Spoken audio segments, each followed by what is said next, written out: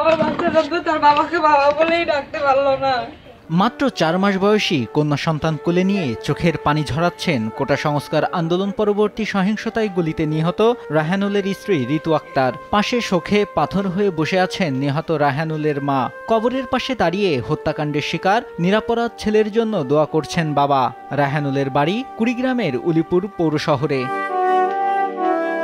প্রত্যক্ষদর্শীরা জানায় গেল 19 জুলাই ঢাকার বাড্ডা এলাকায় জুম্মার নামাজ শেষে রাস্তায় বের হয়ে কোটা সংস্কার আন্দোলনকারী ও পুলিশের সংঘর্ষের মাঝে পড়েন রায়হান। সে সময় একটি গুলি তার ডান চোখের কাছে লেগে পেছন দিয়ে বের হয়ে যায়। এতে ঘটনাস্থলেই তার মৃত্যু হয়। পরে স্থানীয়রা রায়হানের মরদেহ রাতেই কুড়িগ্রামের উদ্দেশ্যে পাঠায়। পরদিন 20 জুলাই সকালে গ্রামের বাড়িতে মরদেহ পৌঁছালে উলিপুর কেন্দ্রীয় কবরস্থানে রায়হানকে দাফন করা হয়। তদন্ত সাপেক্ষে এমন হত্যাকাণ্ডের বিচার চান স্বজন।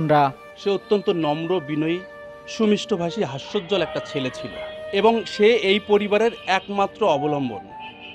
তার আয় দিয়ে তার এবং তার এই পরিবার চলে। আর দৃষ্টান্তমূলক শাস্তি দাবি করছি সুষ্ঠু তদন্ত সাপেক্ষে। একমাত্র সন্তান হারিয়ে কাতর কোটা আন্দোলনে নিহত রায়হানুলের বাবা আব্দুর রশিদ। সুষ্ঠু তদন্ত সাপেক্ষে হত্যাকারীদের বিচার চান তিনি। আমার ছেলে ঢাকায় কর্মরত, তার কর্মের উপরে আমাদের সংসার নির্ভর করে।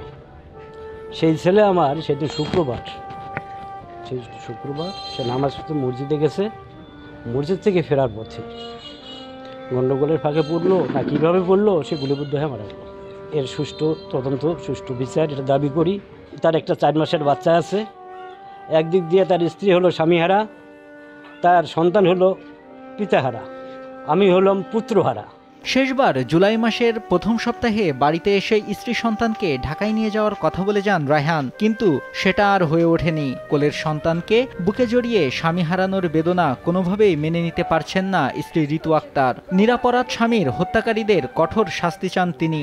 আমার বাচ্চার বয়স 4.5 মাস। সে তো শুক্রবারের দিন নামাজ পড়তে গেছিল, নামাজ পড়ে বের হয়ে খাওয়া দাওয়া করে বাসায় ফিরতেছিল। ঘাড়ে ওর জায়নামাজটা ছিল। গন্ডগোলের মাঝে পড়ে কিভাবে যে ও গুলিবিদ্ধ হয়েছে আমাদেরকে পরে বলা হয়েছে। অপরাধ করে নাই, সে তো কোনো কিছুর সাথে যুক্ত ছিল না। আমার সন্তানটা শাস্তি পাইল তার বাবাকে হারায়া। আমি এর বিচার চাই, সুষ্ঠু তদন্ত, সুষ্ঠু বিচার চাই আমি। ঢাকায় স্টক অ্যান্ড সিকিউরিটি কোম্পানিতে সহকারী ম্যানেজার পদে চাকরি করতেন রায়হানুল ইসলাম রায়হান। নিউজ ডেস্ক, দেশ টিভি। সন্তানকে বাবা হারা করছে, তাদের আমি সুষ্ঠু বিচার চাই।